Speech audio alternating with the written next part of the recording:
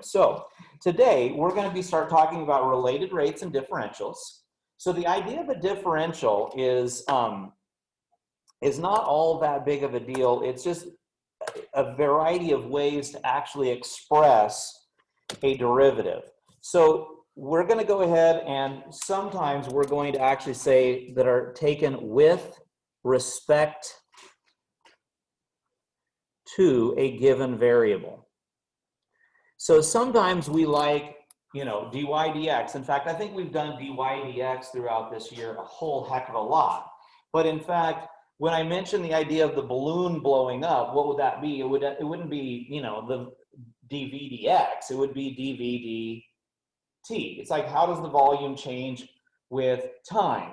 Would we be interested in the way the economy is changing with time? Let's say, like, what is inflation happening? We wouldn't care how it responds to the height of a tree. We would care about how it responds to the calendar and how things are moving forward. So in this case, what we're going to be doing is we're going to be taking the rate of change of x with respect to y. This is going to feel a little bit awkward. You see that? That said, I want to do it with respect to the given variable. So this one, the variable that I'm actually using, I'll go ahead and highlight that. So when you go ahead and take that derivative, the derivative of y used to be dy dx, right? So guess what the derivative of x is now? It's dx dy, because now I'm calling y the commanding variable. So now when we go over to here, we're going to treat y like it's the leader in the story. We're going to do a little chain rule. So Curtis, what do you do when you take the derivative of y plus 2 cubed? Because I know you got the chain rule. Yeah. So it's going to be a y plus 2 what? Not yet. Wait, hold on. Oh, that's squared. And we can put a 3 in front. And then I got to take the derivative of what's inside, which is 1. But it's dy dy. Somehow, I'm done. I don't need to say dy dx or anything. Why? Because I'm taking this with respect to y. So this side would be dy dy. That's kind of weird. Okay, so let's come over to here. Let's talk about how everything is related to r itself. So who's the commanding variable that's steering this particular ship is r. So what is the derivative of 2x? 2. But I'm not going to say dx dx, because that's what we've been doing, because x has always steered the ship. What is this going to be? This is dx dr. Because now I'm actually saying, how does it change with respect to r, not x anymore? So we now have a little bit of a product rule to play with. So what's the product of xy? Let's see. The derivative of x, 1 dx dr times y plus, what would be the derivative of y? If the derivative of x was dx dr, what's the derivative of y? dy dr, dy dr times x. So notice this was the derivative of the first times the second plus the derivative of the second times the first. And what is the derivative of r? 1 dr dr, right? By the way, there was a great Simpsons. You guys watch The Simpsons ever? I know some of you have watched The Simpsons, but there's a great little thing where Bart switched. What's the really brainy kid that's like in The Simpsons? It's not a Simpson, it's like Milhouse, thank you. So Milhouse is, they all took a test and Bart cheated because it's Bart, right? So he switched tests with Milhouse. And so Bart gets shipped off to the school for the gifted. And at the time he's supposed to be like in 4th grade, and he gets put into a calculus class.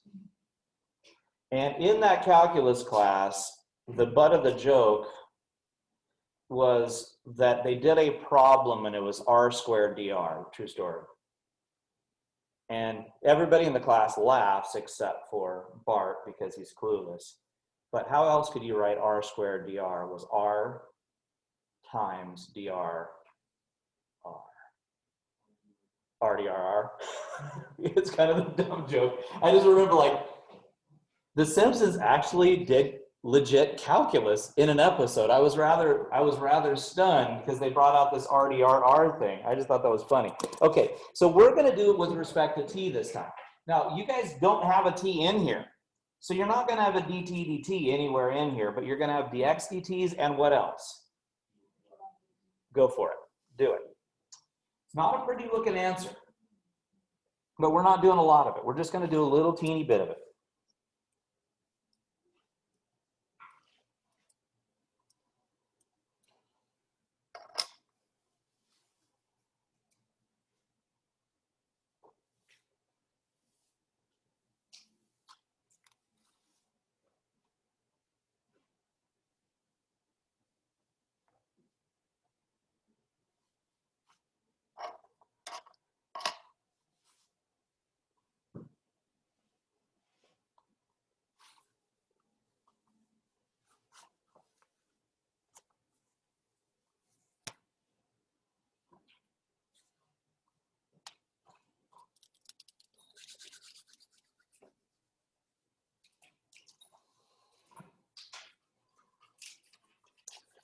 All right, Avery, what's the derivative of x?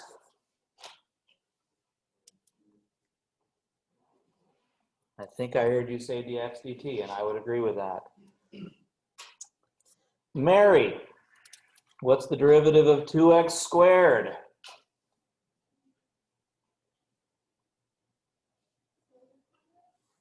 For x.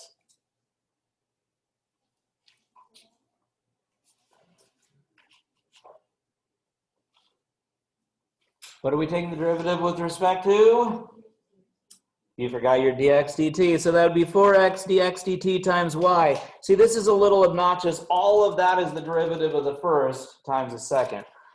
Plus, let's see, Grace, what would be the derivative of the y part? So the second piece. dy, that's dx dt times y plus dy dt times what? 2x squared. And what is that going to be equal to? Yes.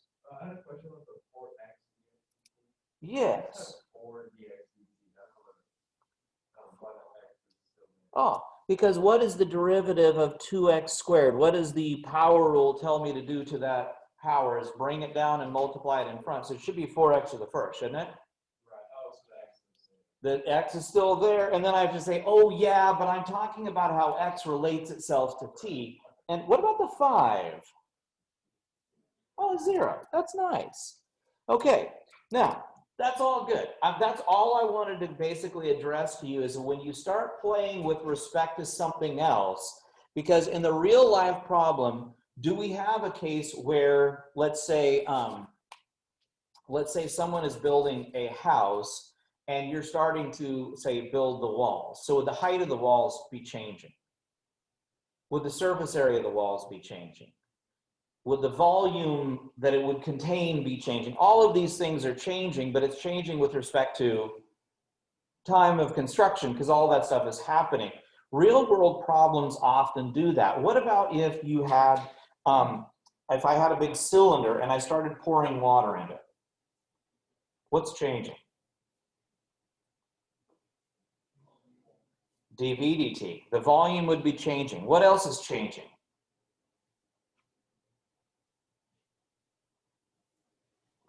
Pour myself a glass of water. What's changing other than the volume? Should I just keep going and just pour forever? What's going to happen if I keep pouring forever? I'm going to get water on my shoes. What's happening to the cup? It's filling up. The height is changing. Isn't there a dH dt? Now, in your typical cup, what about your radius? In your typical cup, is the radius changing? It depends on the shape, but you know, your typical cup,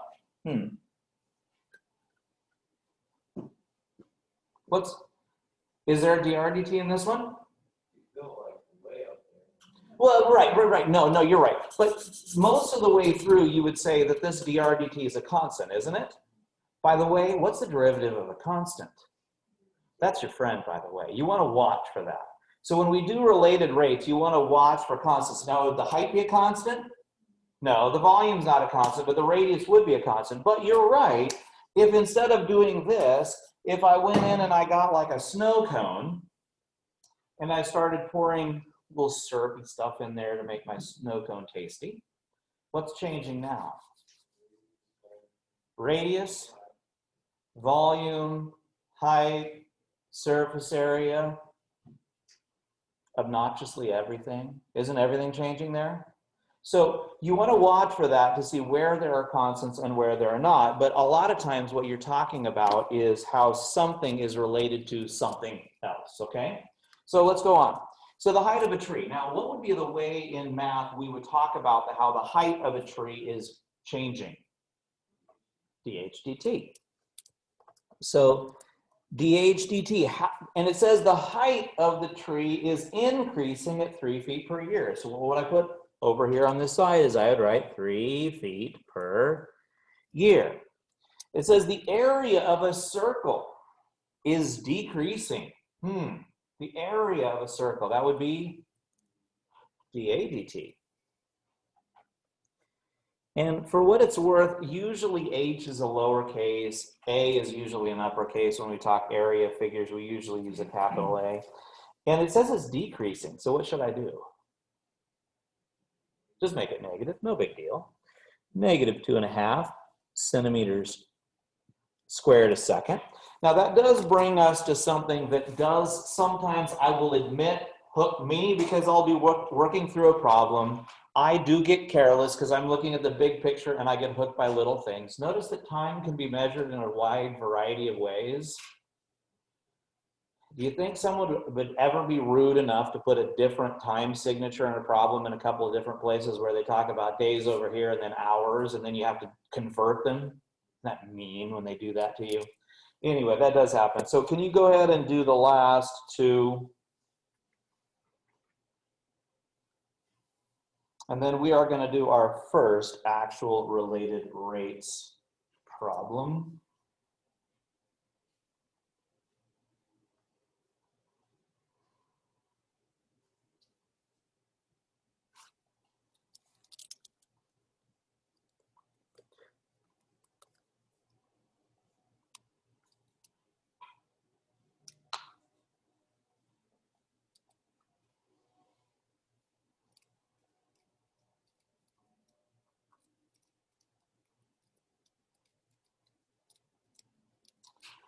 So what is dE dt? Positive or negative?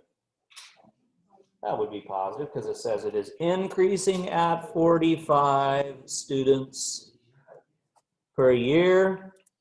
By the way, that's Red Bluff right now.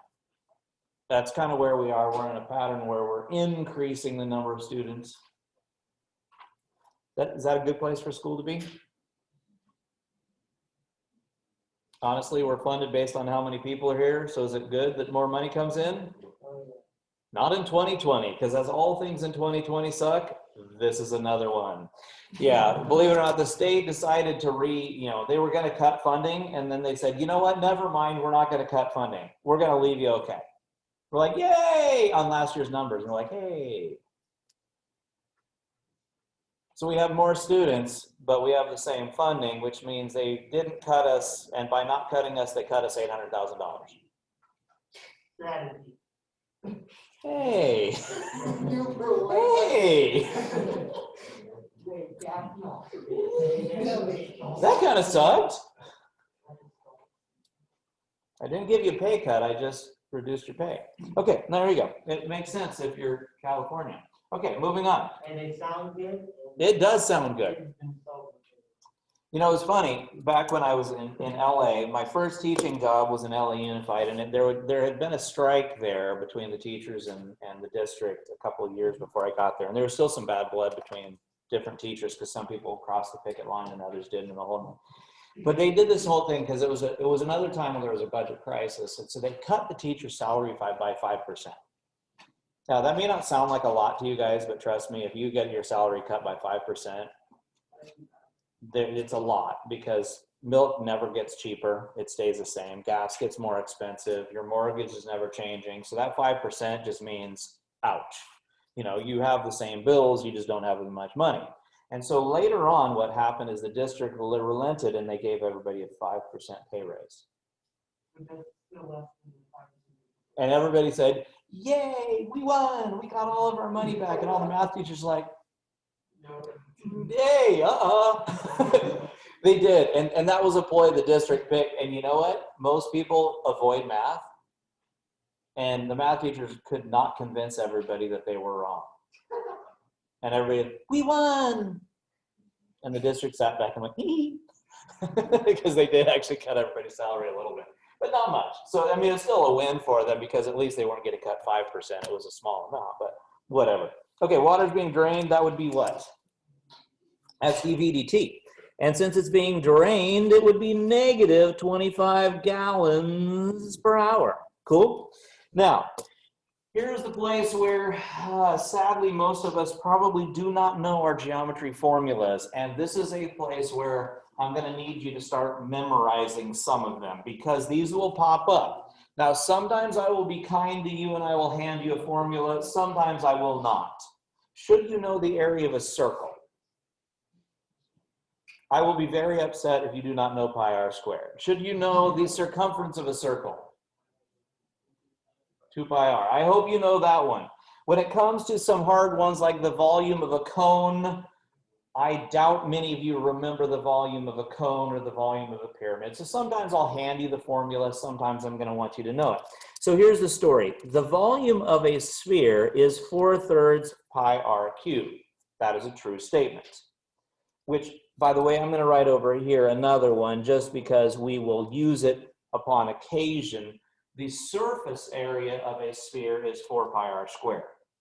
So if I wanted to find out how this volume is changing with respect to time, so imagine, if you will, we have this, well, we have one of those jawbreakers, and someone is licking their jawbreaker. What's going to happen to the sphere?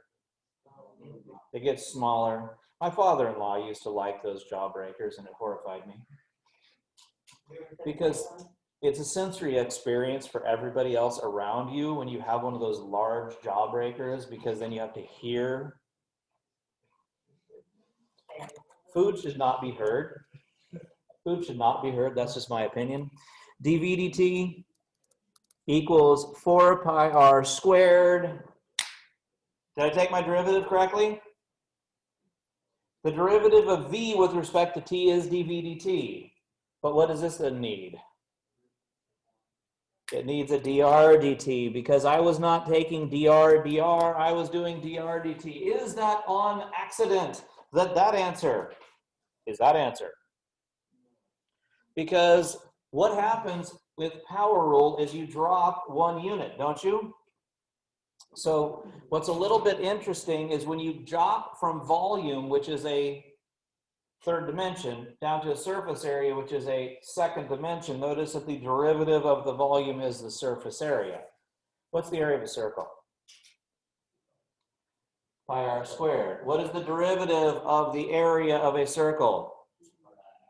That would be called its circumference, isn't it? You're going from area down to circumference, which again is dropping 1 unit. So it's kind of weird. Now, the volume of a cylinder, let's talk about that. A standard cylinder looks like this. Now, this is where we have to be a little bit careful. What features does this thing have? It has a height and it has a radius, does it not? So if I was going to talk about the volume, I would call it pi r squared h. Now, this might be a magic cylinder. Most cylinders, the radius is a constant. Could we have a magic cylinder where the radius of the cylinder changes? Can the height change? It's a Tootsie Roll and somebody's licking the Tootsie Roll. Or maybe it's like you're adding layers to the Tootsie Roll to make it figure like you're dipping it in chocolate to add more layers to it, you know, maybe something like that. So this would be dv dt. So let's break it up. What would be the derivative of pi r squared? 2 pi r dr dt. That's 2 pi r dr dt times h. Okay.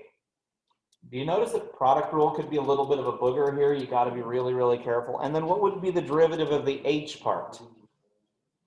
dh dt times pi r squared.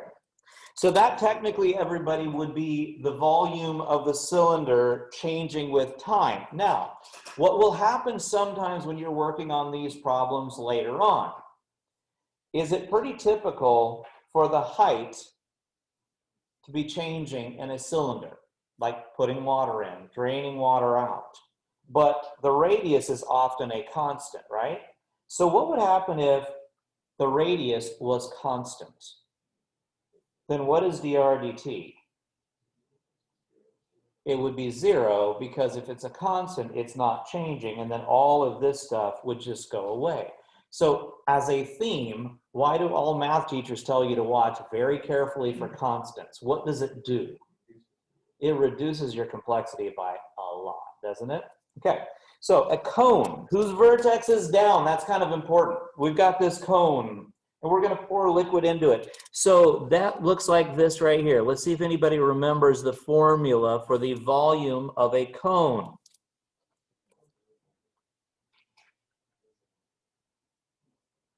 It is 1/3 pi r squared h.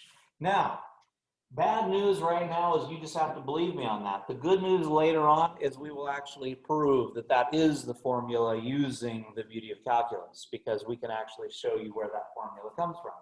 Right now, it's just hocus pocus. Somebody told me so I can do it. So, it's actually really, really cool. We can actually generate that. In fact, if you're like, yeah, but I want my cone to be fancier. I'd like the sides of my cone to be like this. So it's more of like a nice fancy vase. Could I create the formula that would be this cone? The answer is, with calculus, I can make any freaking cone I want. With any kind of sides that I want, I mean, I have a nice little OG on it, I can do that. That's like the special thing that you can use at woodworking. It's called an OG curve. Anyway, so can you guys do this one for me? Find your dv dt. So is the radius actually going to change on this one as you fill it up?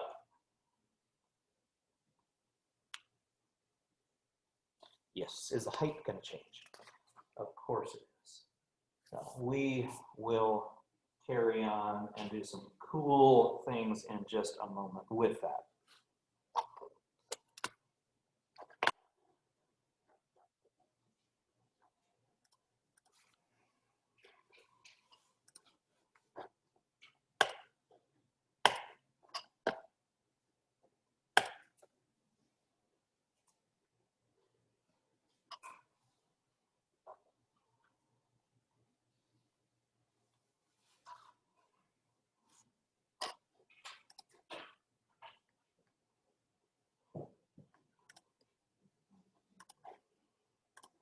All right.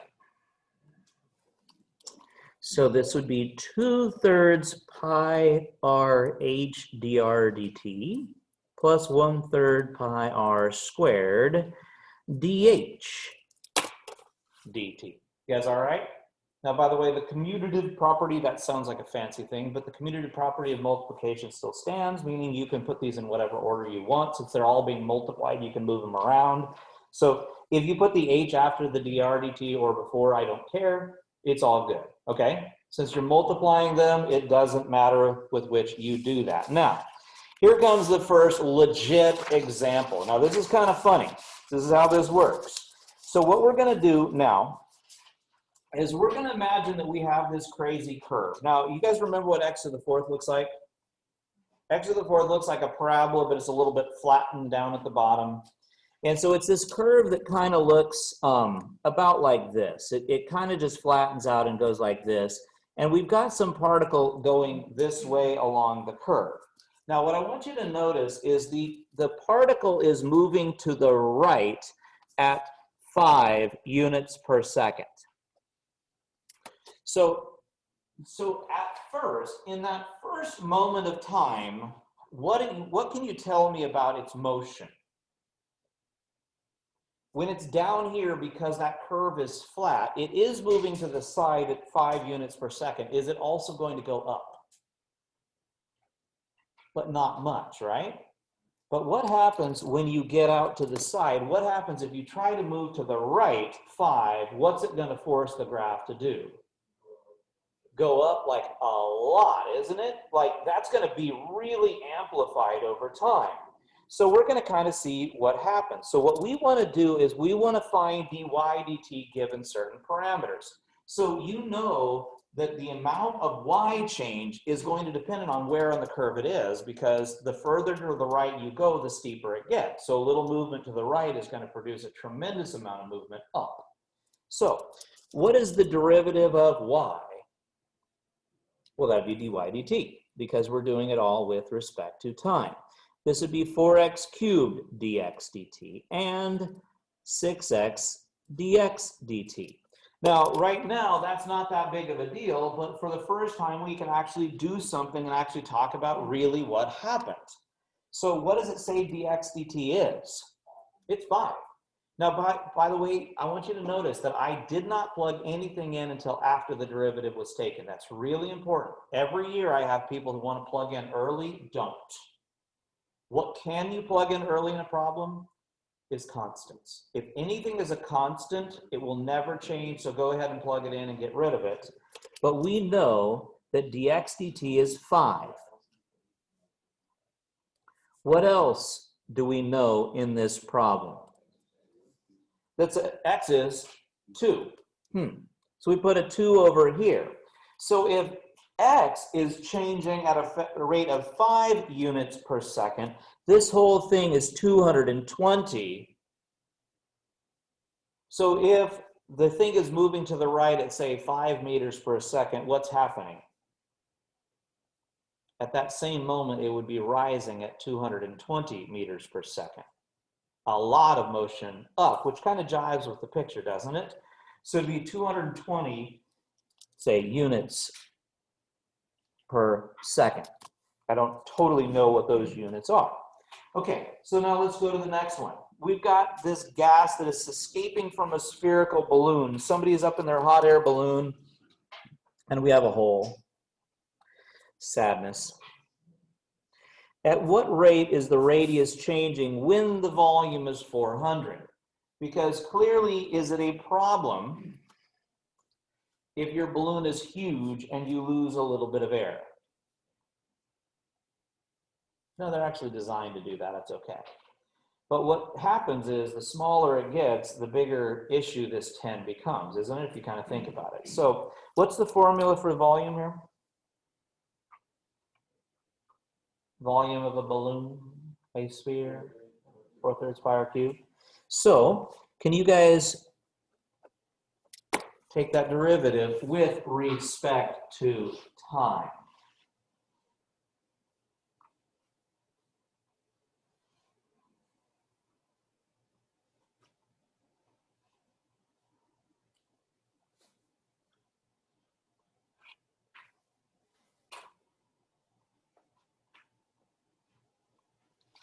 This is the first more robust problem that we have.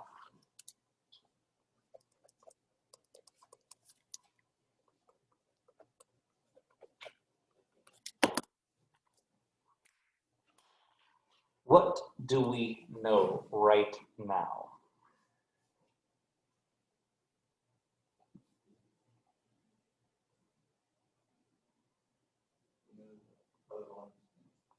The volume is decreasing at a constant rate of 10. So where's that going to go?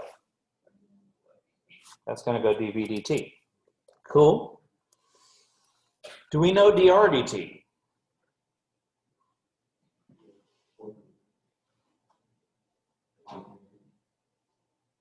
Do we know dr dt? No, that was actually the question. It says, what rate is it changing? This is actually the question. That's what I want to find out. I want to figure that out. So what do I need to find that? I don't know what R is, do you? but there's a piece of data that we haven't used. What is that? That's just a volume at some moment in time. So if you go back to the original, and I know that the volume is 400, could we figure out what that radius was that was attached to that specific moment in time, what R was? Ah, we could. So what would you guys do? Let's see.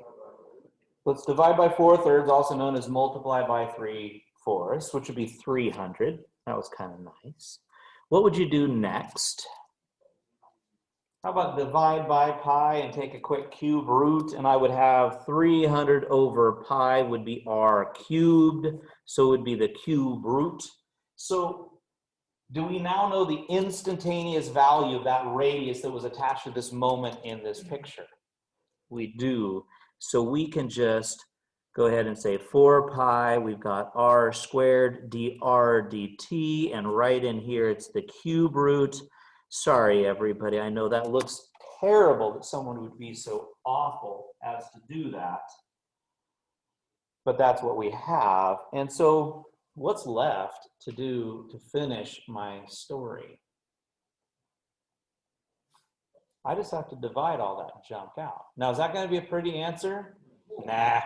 So this time what we're going to do is I'm just going to go ahead and round it off. Sometimes we're going to be precise, sometimes we won't. But in this particular case, I divided this number by all of those numbers, and I got negative 0.038 what? Okay, what's changing? The radius. What units do we have in this story? It's feet and hours. So what would I write for dr dt? How would the radius be changing? Is it feet, feet squared, or feet cubed? It would be feet. The radius would be measured in feet. So this would be feet per hour. Is it shrinking by very much? It's a pretty small quantity. I mean, is it significant? Maybe. I don't know. It's negative 0.038 times. So the thing is shrinking by just about a half an inch an hour. That's, might be concerning depending on how big the thing is. Okay, number 3. We don't have a balloon anymore. We have a simple triangle. A simple triangle. What formula could we use for this story? Now, we have this ladder. It's resting against the wall. And the ladder slides away from the wall. So the person that is standing right here on the ladder, what is happening? We're feeling sadness, right? Something bad is happening. Has anybody ever had that happen to them, like going on a ladder when it kicks out? Yeah, story time. Kind of have to. So my house, well, my brother built his house, so I'm like, well, I can build my own house. So I decided to build my house, and which I didn't fully build everything, but I did most of the work myself, and I just had people work alongside me. But at one moment in time, the peak of my house is 26 feet off the ground. That's where the gable end. And I was putting like lap siding on it, and I only have a 20-foot ladder. Does the math work there? Okay, so how can I get 26 feet up in the air on a 20-foot ladder? No, but that would only work if the ladder was like smacked up against the house vertically this way, and you can't really do that. Your ladder must lean. This is brilliance, by the way. So you actually put the ladder on a scaffold. Does that work? So I have a scaffold, and then I place the ladder on the scaffold. Now, I've seen some bad videos of this very thing, because what's the pressure now on the scaffold? It would be away from the house to make it fall like this ladder right here. But I knew that trick, so I tied a rope to the scaffold back to the house so the scaffold couldn't fall over. And I got up there and it worked really, really well for quite a long time until I got right up to the peak. And so, you know, there was that little issue, like where you're not supposed to stand above this rung. Yeah. So here's me on the very top rung.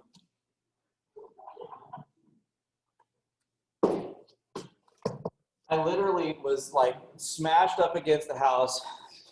I got Aflac. That way, if I fell and hurt myself, like my wife could get a free house or something like that. Because I actually literally had to do that because I was super worried about this, but I just had to get the dang house done. So I should have bought a cherry picker or something, but I didn't. But anyway, can you guys try this for me? All right, so let's set that up. What's happening, what's changing in this story? This is really important. This is my ladder. Is dx dt changing? I think they said it was sliding away. Is dy dt changing? Is the ladder changing? No, blessedly, that thing is a constant. So if you wanted to, could you plug in a ladder with an actual number early in this question? Since it's not changing, go for it. So go ahead and take your derivative and see if you can solve it. This is actually a pretty simple problem. That was L for ladder.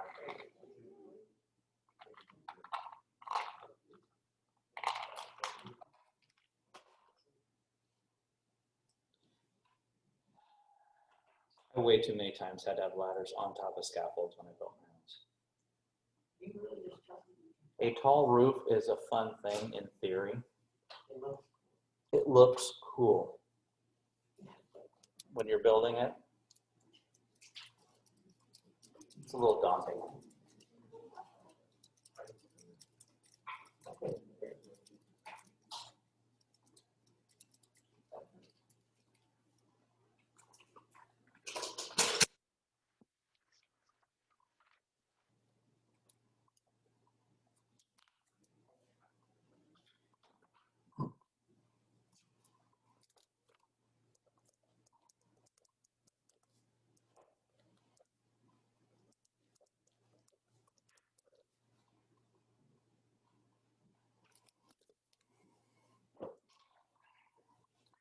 All right. So it should be 2x dx dt plus 2y dy dt equals 0. Now that 0 may bog some of you. You could have written 2l dl dt. Why didn't I? Because if L is a constant, what is dl dt? 0, which means that part's just gone. So what do we need to know? Because what I want to know is how fast is the ladder coming down the wall? That's what I want to know. I want to find dy dt. You guys cool? All right. So what do we know? What's 1 foot per second? So in my picture, where is it sliding away? That's x. So what is that 1? dx dt, is that a positive or is that a negative? X is increasing because it's going away. For this, that's a positive 1. So we have 2x times 1, and we got 2y dy dt. Okay, is there anything else we know other than the fact that it's equal to 0?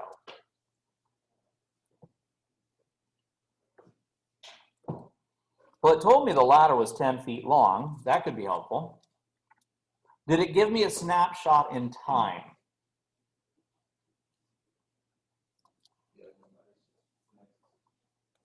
It says when x is 6.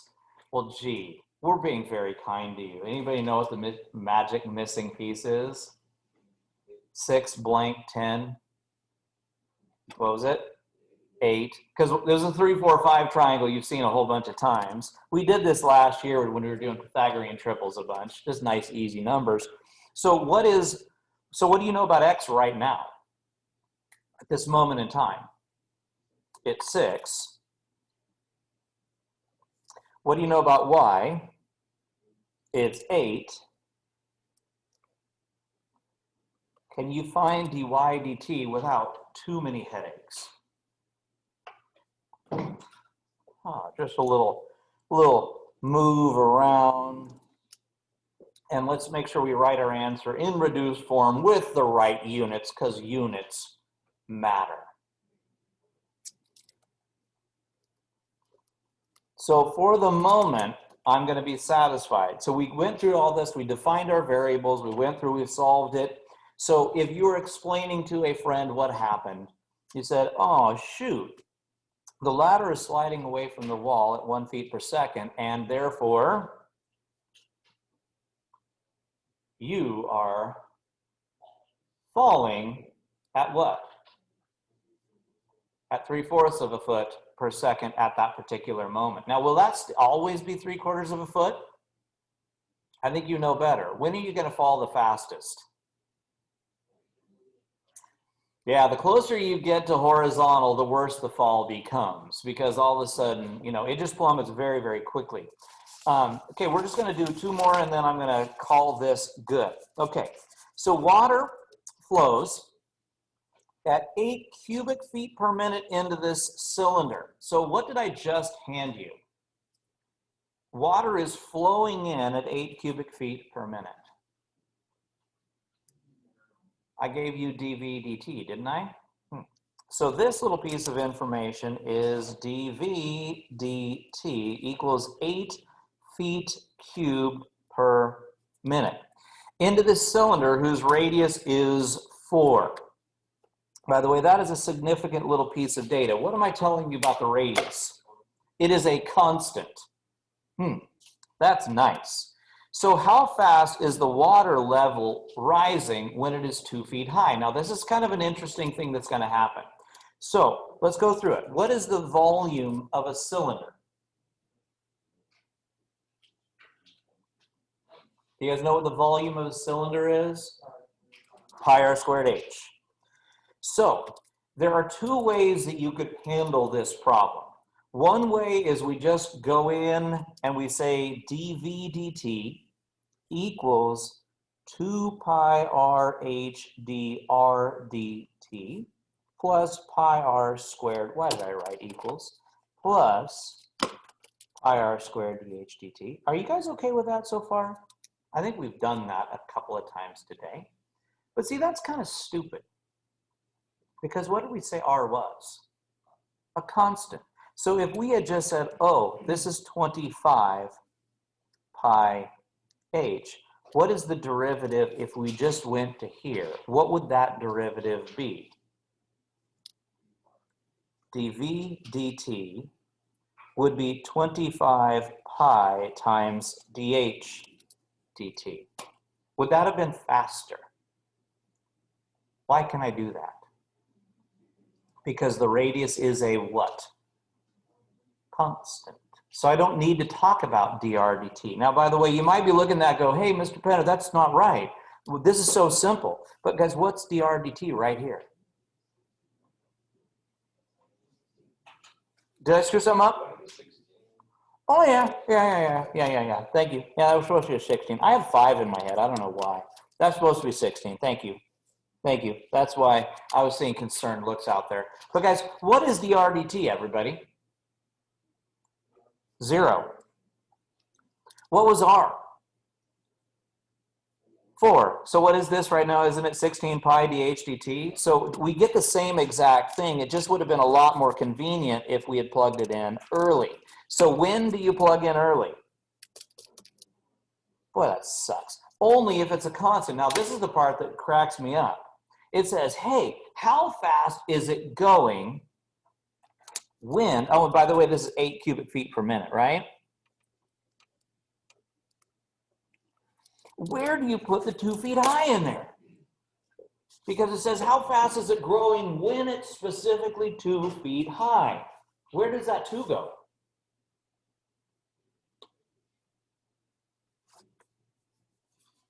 Where do I put it? Does that happen? There's nowhere to put it.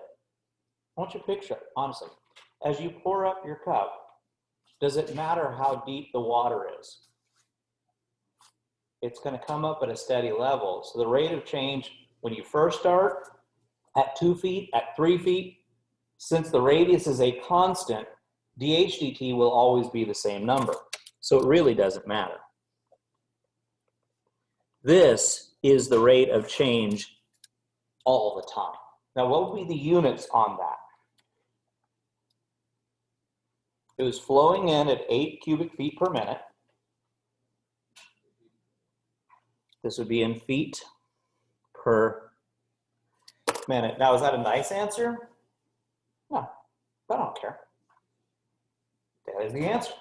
So I was going to try to get to number 5, but I think I want to stop there because you guys have been nicely listening for such a good long time. So we are going to be doing the following. So this is our far side droodle that we have. So this is the picture that you have. And so somehow you're supposed to fill this thing in, and this is the actual cartoon from this far side that is going to explain what you're looking at. And you just have to do some derivatives to figure it out. So this is the homework. The other thing, that's just notes. So we'll finish the notes on Monday, which is actually nice. We'll have a few problems to look at. I think this will be a nice way to end our week together. Okay, that was 3, so I'll go with you guys. I think that's 4. My glasses on sideways, and it's really irritating when I'm trying to stay with it. Just a few more moments.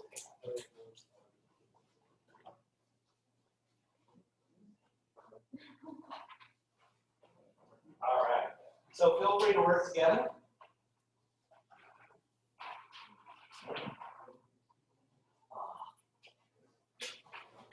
Yep, we got about a half an hour left. And so I'm going to go ahead and do a stop on that, and let's